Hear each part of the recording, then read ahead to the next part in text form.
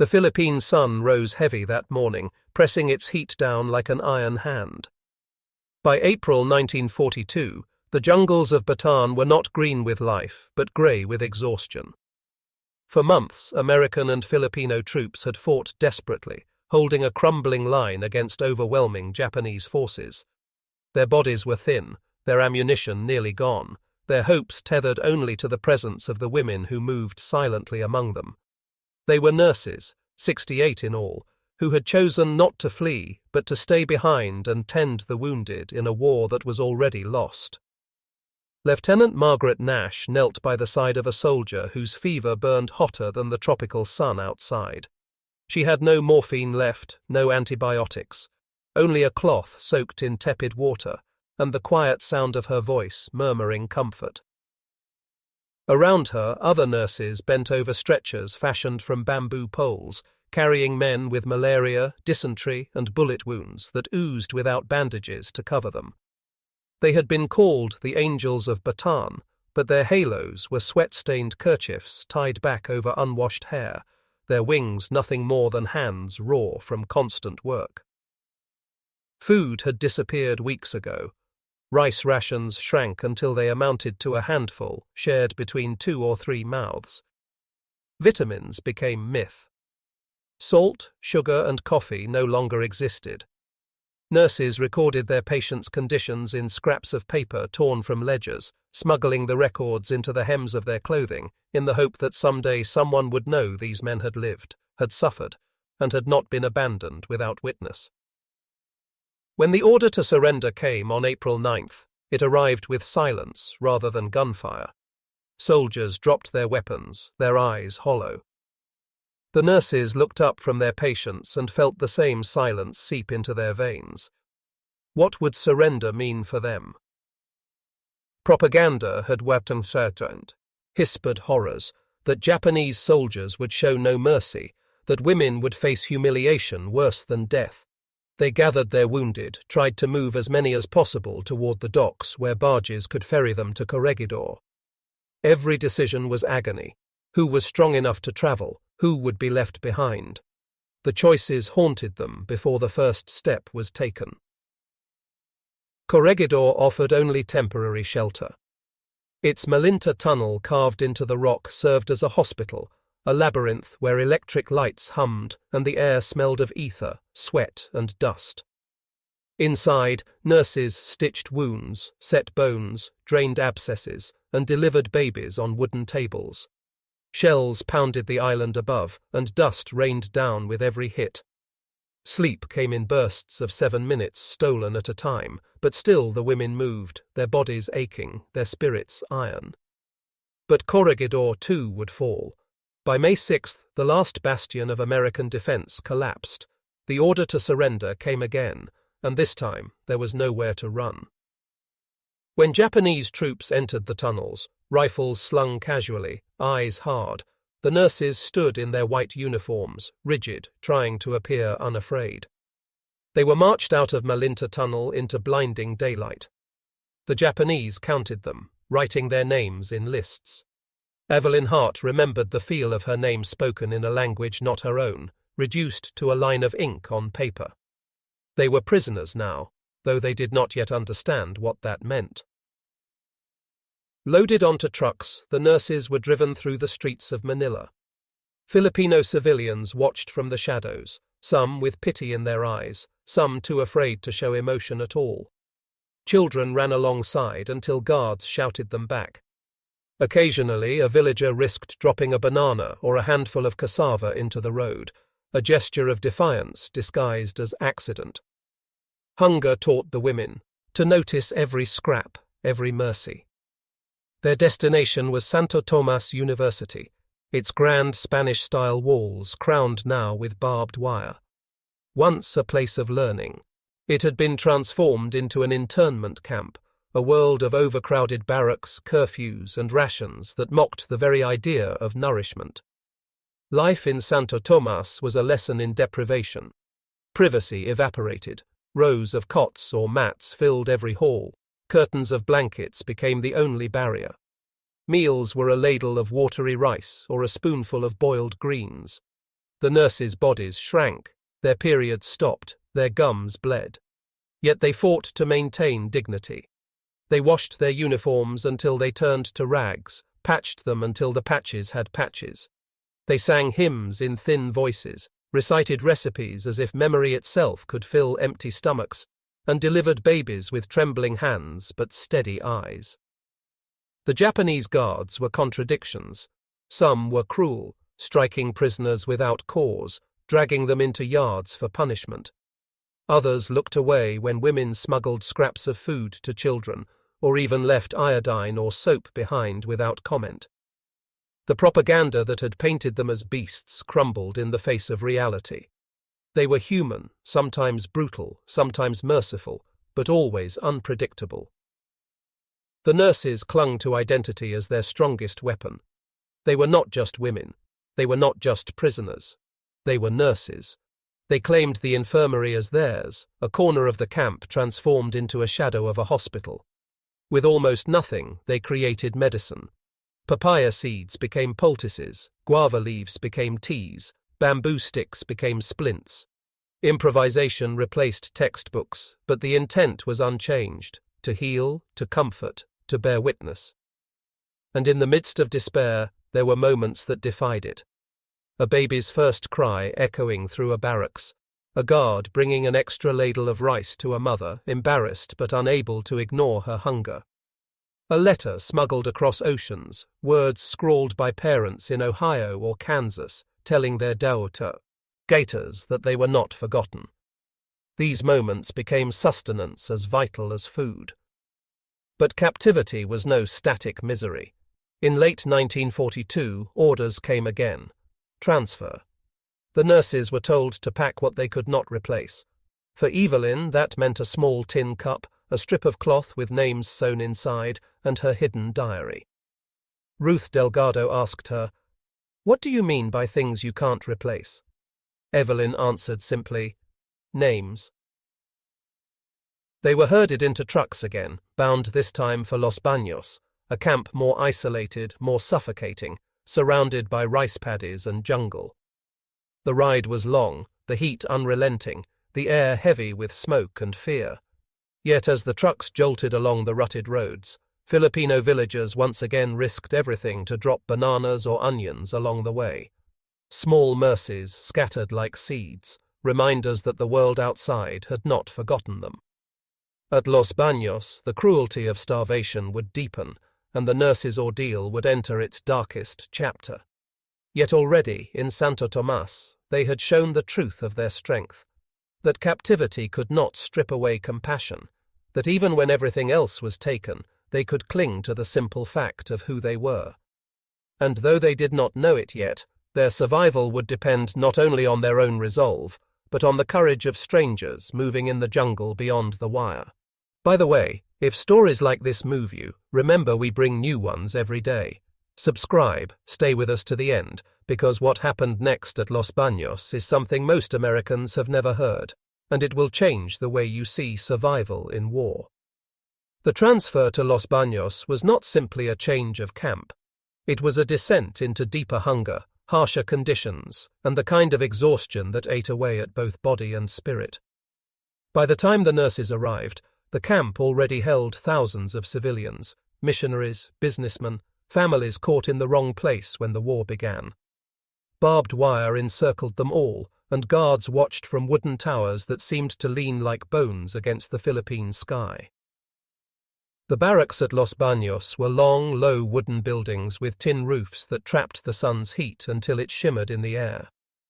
At night, the noise of the jungle surrounded the camp, cicadas screaming, frogs bellowing, the rustle of unseen creatures in the undergrowth.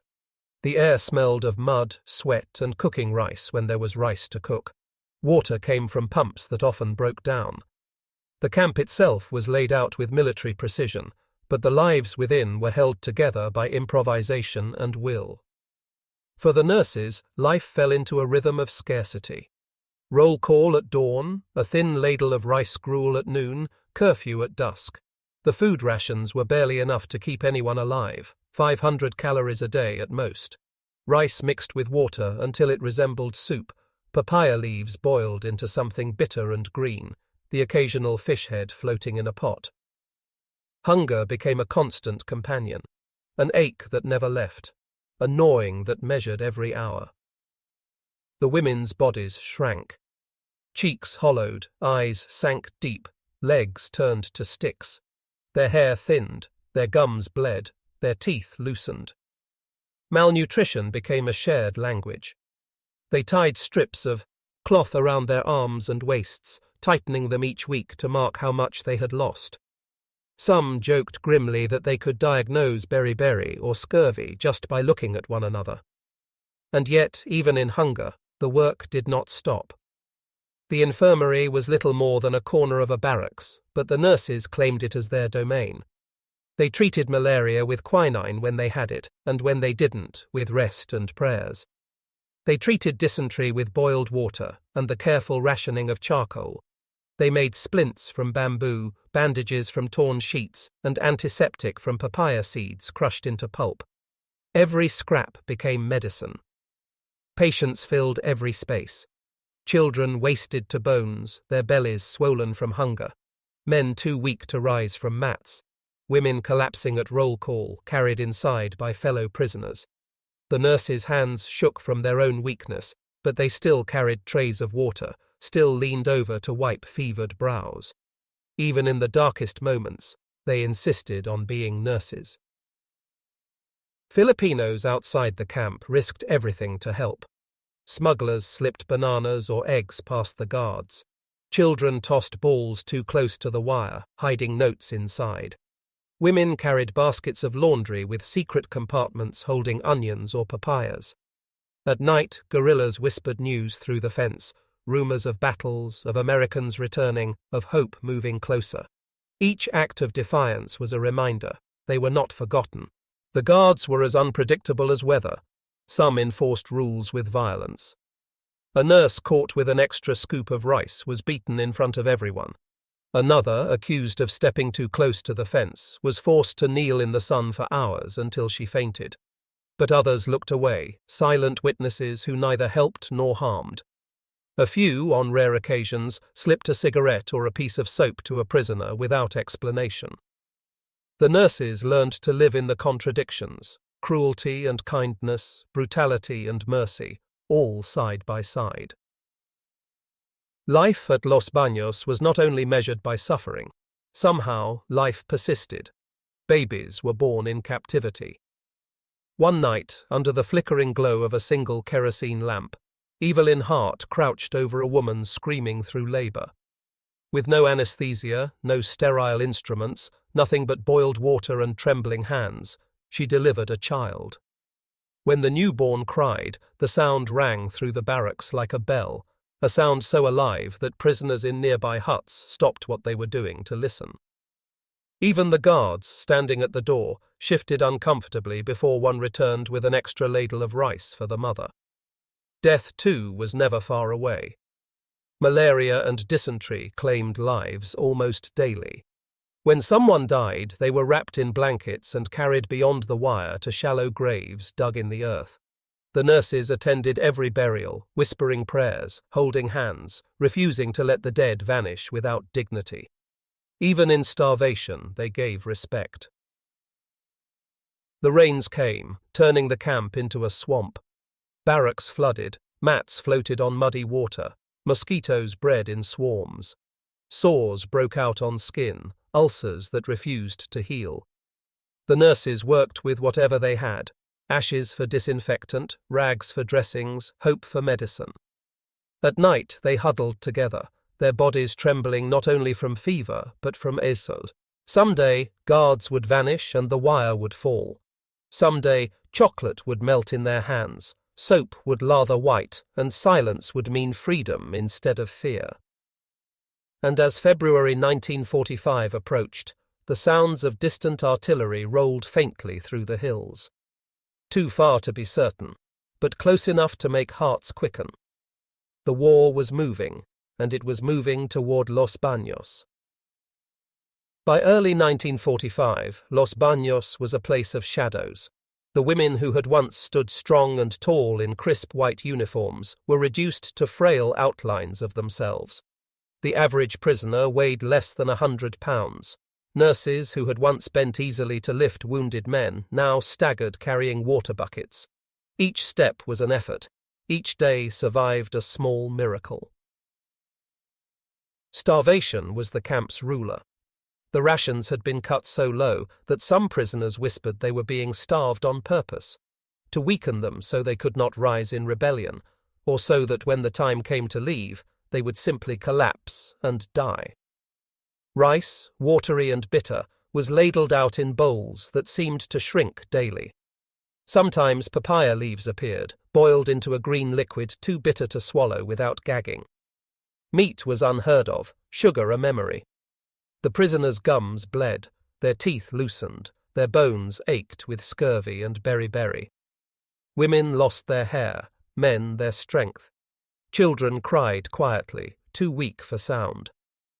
The nurses endured the same hunger as everyone else, but their work did not stop. Each morning, after roll call, they opened the infirmary, a single corner of the barracks with a few tables, the smell of sweat and sickness heavy in the air.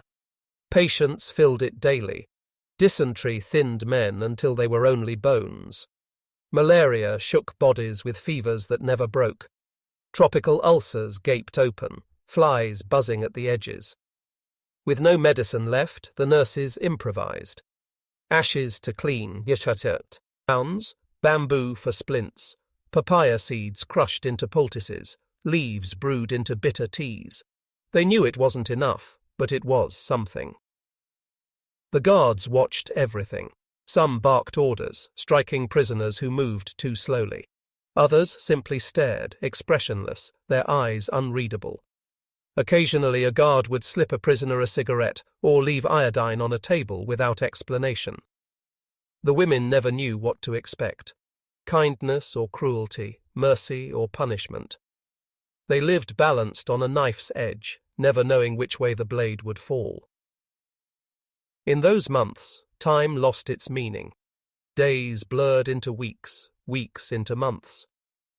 What marked time were the deaths, each burial a small clock chiming the hour.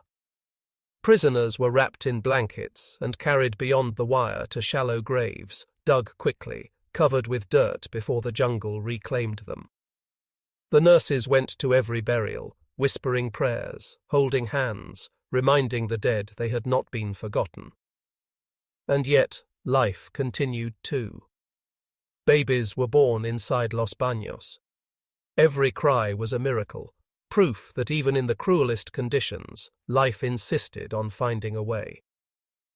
One night, Evelyn Hart helped deliver a child under the light of a flickering kerosene lamp.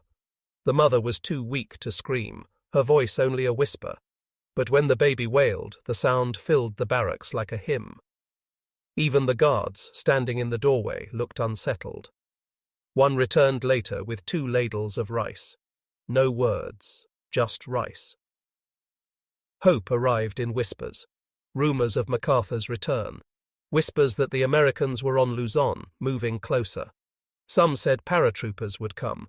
Others said guerrillas had already surrounded the camp. The nurses wanted to believe, but hope was dangerous. To hope too much was to risk despair. Still, at night, they whispered someday. And then, February 23rd, 1945, dawned. The morning began like every other: roll call, guards barking orders, prisoners lined up, weak and silent. The sun hung heavy, the air thick with humidity, waiting for the thin ladle of rice gruel that would be breakfast. But in the jungle beyond the wire, the world was moving. Filipino guerrillas crouched in the undergrowth, rifles ready. American paratroopers circled in planes overhead. The raid had been planned with precision: strike fast, rescue everyone, escape before the Japanese could respond. The first sign came as a faint drone in the sky. The prisoners looked up, eyes narrowing, hearts pounding. The sound grew louder. Then the sky opened with parachutes, white canopies blooming like flowers against the blue. Paratroopers dropped from the heavens, rifles slung, boots thudding into the fields outside the camp. At the same moment, guerrillas rushed the perimeter, knives flashing as they cut through wire, rifles cracking as they took down guards in the towers. Explosions thundered, and chaos shattered the camp's silence. At first, the prisoners froze. Fear held them. Was this real? Or was it the massacre they had dreaded? Guards shouted, bullets tore through the air, but then voices rang out, English voices, strong and certain. "We're Americans. Don't be afraid. We've come for you." The words broke the spell. Prisoners surged forward, sobbing, shouting, laughing. The nurses clutched each other, stunned, unable to move at first. After 3 years of captivity, freedom had come like thunder from the sky. Evelyn Hart remembered the moment forever. A paratrooper, dirt-streaked and grinning, thrust chocolate into her hand. She stared at it as if it were gold. Chocolate, real, sweet, rich. She hadn't tasted it since 1941. It melted between her fingers, proof that the nightmare was ending. The battle raged around them. Japanese guards fired back, some rushing toward the barracks. Guerrillas met them in hand-to-hand combat. Paratroopers fired into huts, clearing them with grenades. Smoke filled the air, acrid and choking. Sonars huddled in corners, shielding children with their bodies. The nurses did what they always did. Even in chaos, they treated the wounded. They pressed rags to bleeding shoulders, tied strips of cloth around arms and legs, whispered words of comfort. Freedom had come, but duty did not vanish. They remained nurses. When the gunfire finally slowed, the order came: evacuate immediately. Trucks waited beyond the wire. Prisoners stumbled forward, too weak to run. Some were carried on stretchers, others dragged themselves with the last of their strength. Nurses lifted children, supported the elderly, refused to leave anyone behind. The evacuation was frantic. Over 2,000 prisoners had to be moved in minutes. Guerrillas herded them into lines, paratroopers shouted directions, trucks rumbled to life. Behind them, huts smoldered, smoke curling into the morning sky. The ride to safety was chaos. Jolting trucks, prisoners packed shoulder to shoulder, tears streaming down faces as they realized they were leaving the camp behind. Soldiers pressed food into their hands, cans of meat, tins of milk, bread so white it dazzled their eyes. Many wept as they ate, their bodies unprepared for abundance, but their spirits desperate for it.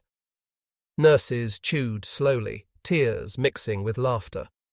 The taste of salt, of sugar, of chocolate was almost too much to bear. When they reached American lines, medical personnel swarmed them. Doctors stared in disbelief at the skeletal figures, the wasted muscles, the hollow eyes. They weighed each survivor, took notes, injected vitamins, handed out soap, toothbrushes, combs. Some women laughed hysterically at the sight of soap foaming in their hands. Others wept when they brushed their teeth with real toothpaste for the first time in years. The army called them heroes. Newspapers celebrated them as the angels of Bataan and Corregidor. Photographers captured their thin faces, their patched uniforms, their weary smiles. Medals were pinned, honors bestowed. But the women carried quieter memories.